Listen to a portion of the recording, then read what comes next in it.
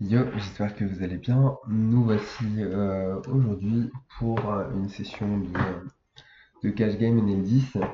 Euh, Là, si vous voulez, actuellement j'ai remis 280 euros. J'ai décidé de reprendre à partir de la NL10 et de monter une petite bankroll. Donc là, je suis à 310 euros.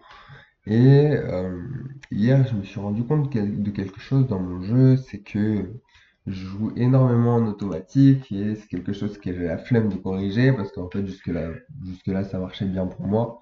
Sauf que bah, hier, je jouais en faisant totalement autre chose que du poker en même temps et j'étais sur des séries, de la télé-réalité, et je regardais autre chose. Et en fait, le truc, c'est que j'ai aucune concentration. Et ce que j'aimerais, bah, c'est juste simplement décrire beaucoup plus que je joue et pourquoi je le joue. Donc ici, j'ai décidé de check parce qu'il n'y a aucun intérêt à relancer. Euh, mais c'est pas ça, c'est plus sur les décisions importantes que j'aimerais commenter des choses euh, de manière générale. Donc ici, c'est important de voir que Pim, c'est limp, que Habib, ISO, pas cher. Là, on a déjà des notes sur le fait que ce soit des récréatifs. Pims va être potentiellement passif, du coup. Et Habib, potentiellement aussi assez passif, puisque quand il ISO pas très cher. Donc, on a un joueur qui peut avoir peur. Ici, je vais décider de compléter. C'est pas nécessaire forcément, mais je pense que ici, on a suffisamment d'edge sur le fil pour pouvoir en tirer un maximum. Et là, je vais s'y bet, comme je vais s'y bet une bonne partie de mémoire. euh, En protection et puis en value sur d'éventuels tirages euh, et des paires de 4. D'ailleurs, on a un des pierres 8, donc on n'est pas forcément obligé de le bet ici, je pense. Mais je pense quand même que c'est la meilleure décision parce qu'il y a quand même pas mal de draws et pas mal de floats. Donc on a quand même de la value contre la range de notre adversaire.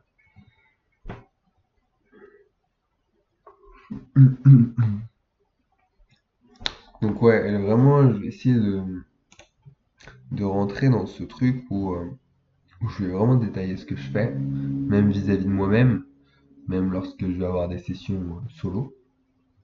Parce que, parce que ouais, je pense que c'est quelque chose que je peux vraiment améliorer et qui peut vraiment m'apporter une tonne d'argent et de satisfaction dans mon jeu parce que c'est vrai que récemment, j'étais pas satisfait de mon jeu. Et je vous parle pas forcément NL10, je vous parle également quand je jouais la NL100 il y a un mois. Euh, voilà. J'ai fait une belle, j'ai fait un très beau mois d'ailleurs en NL100, mais ouais, j'étais pas satisfait, il y avait ce truc où ouais, j'étais pas content de moi, donc du coup j'ai juste cash out ma roll et puis là je repars de pas beaucoup parce que j'ai pas envie de jouer la roll que j'avais, étant donné que je joue mal, que j'estime que je joue mal et j'estime que remonter une roll ça prend pas tant de temps que ça et que le fait de repartir de zéro, bah ça peut déjà me faire me dire que voilà, c'est bon, j'ai coffré un peu d'argent et puis en même temps, si je dois remonter les limites, si je dois refaire de l'argent, si ça doit bien se passer pour moi, et ben c'est clairement que j'ai le niveau. Et si j'ai le niveau, normalement, je vais pas tarder à remonter assez rapidement. Donc, euh, donc voilà. Et si je remonte pas assez rapidement, bah voilà, c'est tout simplement que mon niveau est très critiquable et que j'ai énormément de progrès à faire. Et je trouve ça aussi intéressant. Maintenant, ouais, non, je pense que je vais rester sur cette dynamique-là où je remonte une bankroll et voilà. Donc moi, je suis assez agressif en termes de bankroll management, euh, mais je pense que là, je vais garder mon agressivité, mais tout simplement sur les limites que je domine, sur les limites où je me sens vraiment à l'aise. Je pense que je vais pouvoir vraiment être assez agressif dans mon bankroll management. Là, ici, je vais mettre un tiers. Je pense qu'on n'a pas besoin d'être plus cher. Je pense qu'on risque de faire fuir même quelques valets, quelques 6 si on commence à mettre plus cher. Ici, je vais mi-pot. Je pense que notre adversaire a pas mal de float. Il peut y avoir des 8-8, des 6-6, des mains qui comportent des 9 également, style des valets 9 suités qui ne voulaient pas fold, surtout qu'on est sur un filtre qui va énormément défendre. Ici, je vais encore mi-pot parce que j'estime qu'on a encore de la value. On est contre beaucoup de mains qui nous ont call. Maintenant, sa range de call va être plus tight. Ici, quand il donk all-in, pour moi, il y a très peu de bluff. Et on peut s'attendre à ce qu'il ait touché tout simplement. Donc voilà, il peut avoir sa paire de 8 par exemple qui a touché, il peut avoir sa flush également, puisqu'il peut avoir des flushs. Euh, Maintenant, c'est intéressant quand même de noter que. Mais en fait, il peut avoir quand même des. Il peut avoir des valets 9 suités à cœur, des 10 et 9 suités, je les bloque. Je vois pas trop qu'est-ce qui donc all-in comme moi. C'est vraiment curieux. En vrai, ici, c'est pas une décision évidente, mais je vais quand même choisir la décision la plus sage dans le sens où j'ai pas assez de temps pour réfléchir et que voilà. Maintenant, je suis quand même assez dubitatif sur son donk river parce que j'ai quand même une range qui est peu composée de 8, peu composée de flush quand même. Donc, euh, donc voilà. Maintenant, j'ai quand même des flushs et je peux call des flushs. Maintenant, c'est pas évident. Vraiment, c'est vraiment pas une décision évidente, je trouve.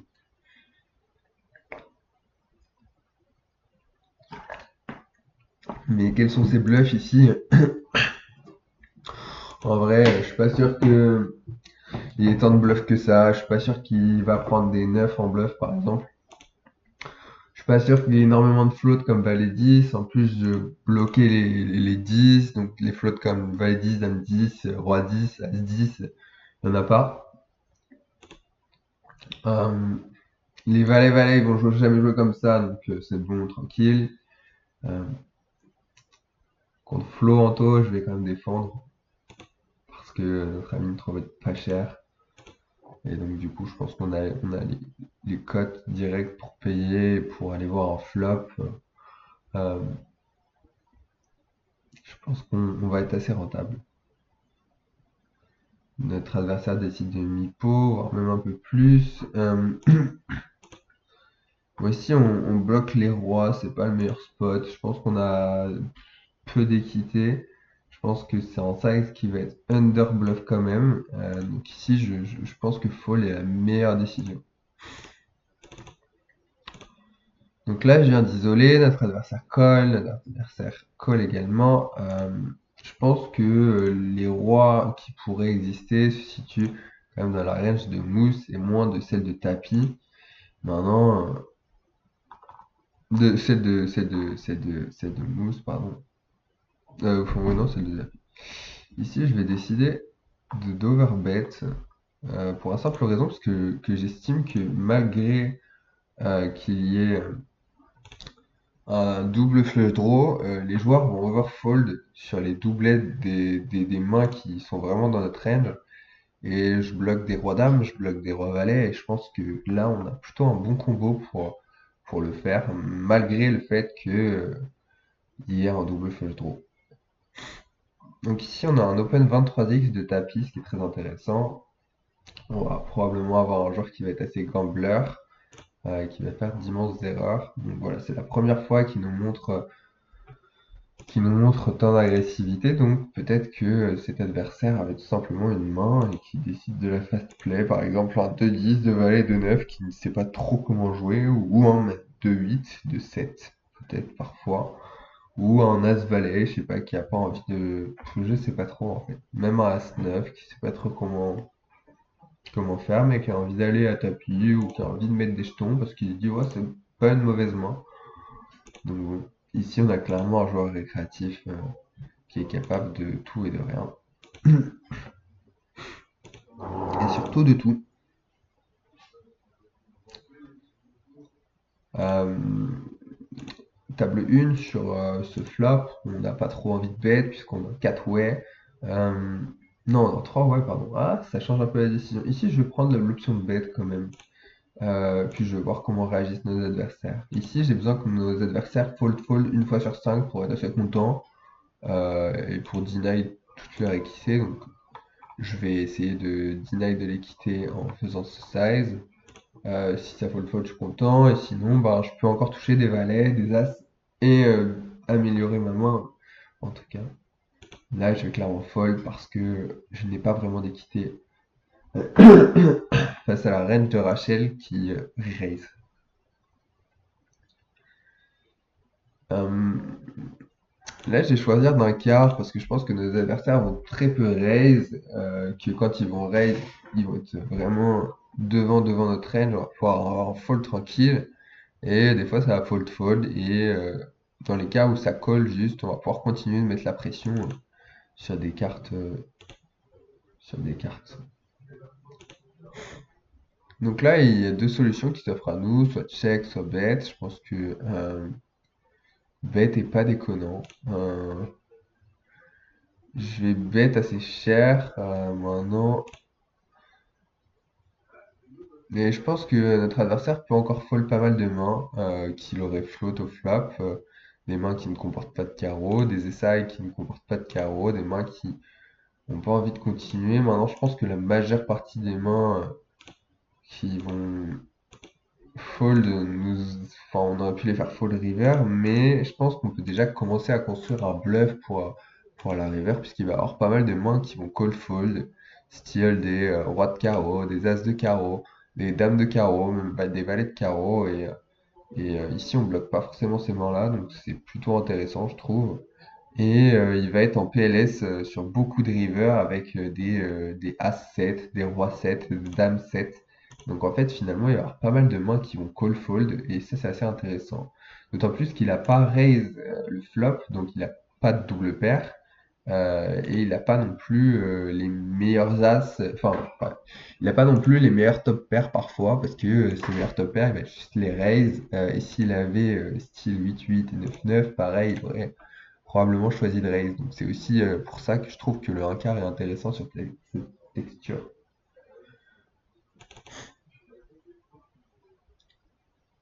Footrick qui est open, il open 3x. Si on va pas compléter 3x, c'est cher. Même en 3, ouais, on n'est pas si rentable.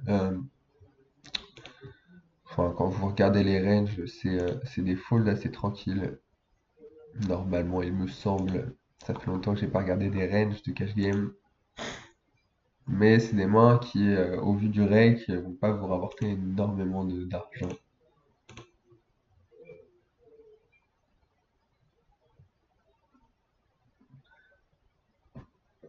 Abus qui décide d'ISO vraiment pas cher, bah, si on va juste call, il n'y a pas grand chose à faire, on va pas non plus relancer.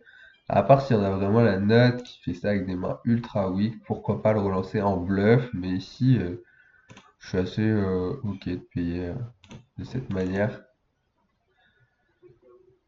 Ici je vais mettre un quart, et ici je vais mettre un quart également, toujours dans le même outil.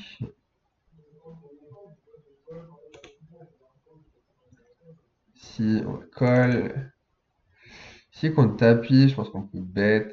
Euh, c'est un joueur qu'on a vu des gènes un peu, donc il va y avoir pas mal de conneries faites.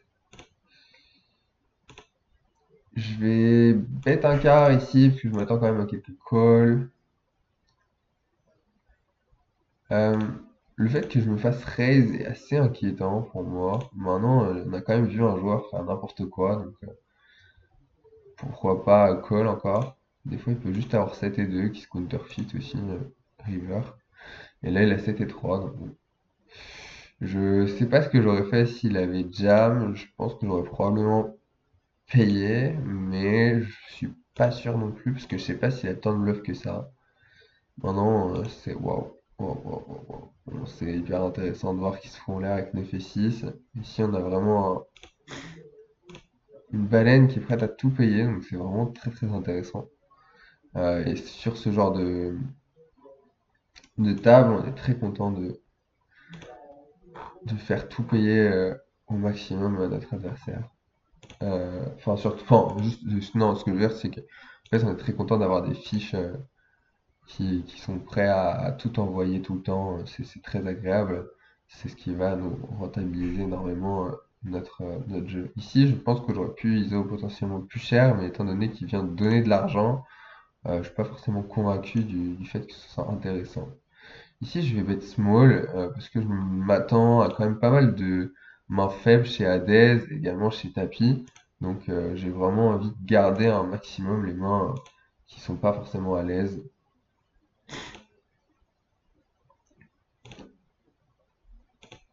Ici, c'est assez particulier. Je pense qu'il y a encore pas mal de rois qui vont nous payer. Je pense que Tapi est pas là pour fold. Donc pourquoi pas mettre ce size pour lui demander son stack directement. Et, euh, et Hades, de toute manière, s'il veut mettre son stack, il mettra son stack. Et là, je value River. Quand il donk, je suis vraiment pas content, mais on va quand même call. Et notre ami Tapi avait évidemment Brelan. Ça, c'est assez marrant quand même. Euh, ouais, il y en a qui sont pas à plaindre. Euh, alors, ici j'ai décidé d'open. Alors, pareil, là j'ai joué en automatique. J'ai pas trop compris ce que je faisais. Donc voilà. Ce flop, je vais le checker. J'ai pas énormément d'intérêt à le bet, je pense. J'ai pas énormément de,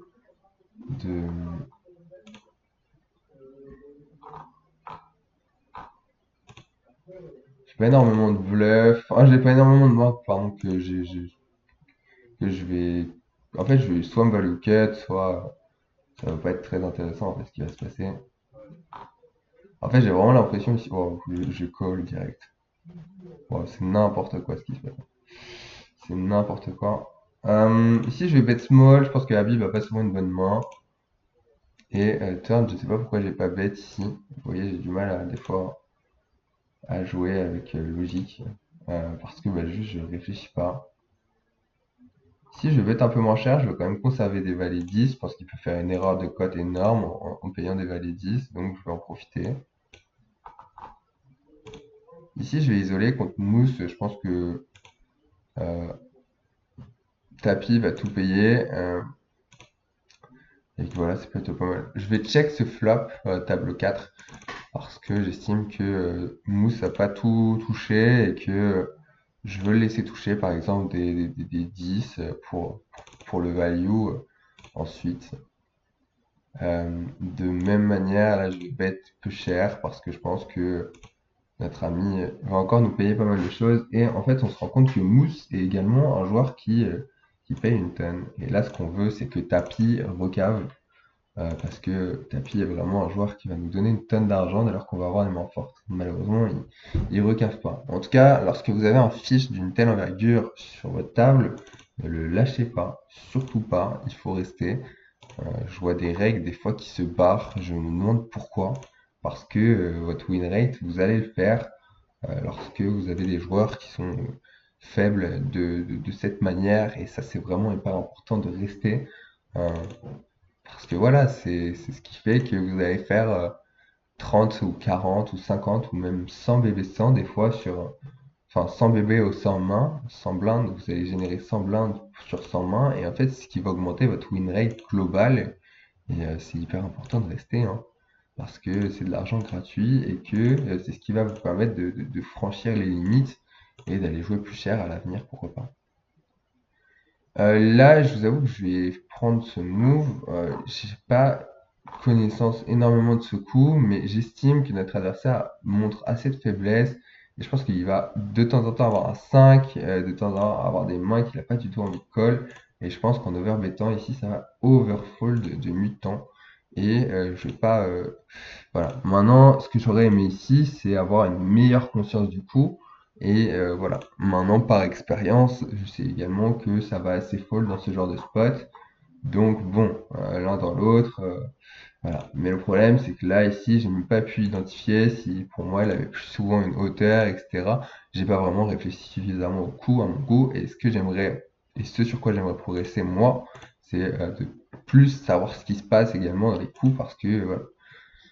Problème de la majeure partie des rooms, c'est qu'on peut pas vraiment savoir ce qui se passe. Et ça, il n'y a que Winamax qui permet de savoir ce qui se passe. Ici, je pense qu'on peut check table 3 et on peut bet également un quart. De la même manière, c'est toujours intéressant parce que en fiche va énormément faire d'erreurs. Mais ici, n'oublions pas qu'on joue contre fiche et pas contre règle. Et là, je joue clairement en explo contre joueur récréatif. Table 4, je vais 3 bêtes parce que je pense qu'on va générer pas mal de folds, que même en 3 bettant, ensuite on va générer pas mal de folds. Et également ici, table 1, je vais 3 bêtes en value.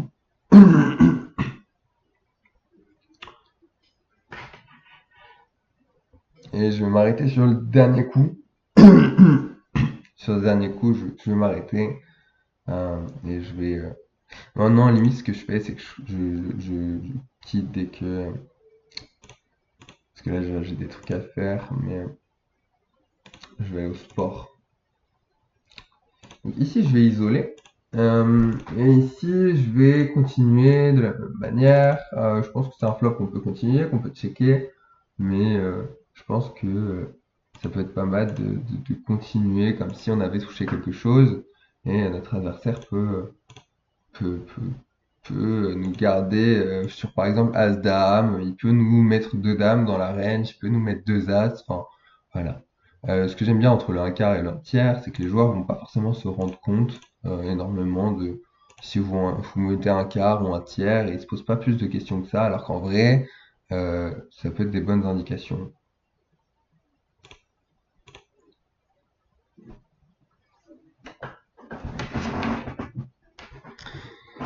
En tout cas, j'espère que cette vidéo vous a plu. Je vous dis à très très bientôt pour une prochaine vidéo. Allez, ciao ciao.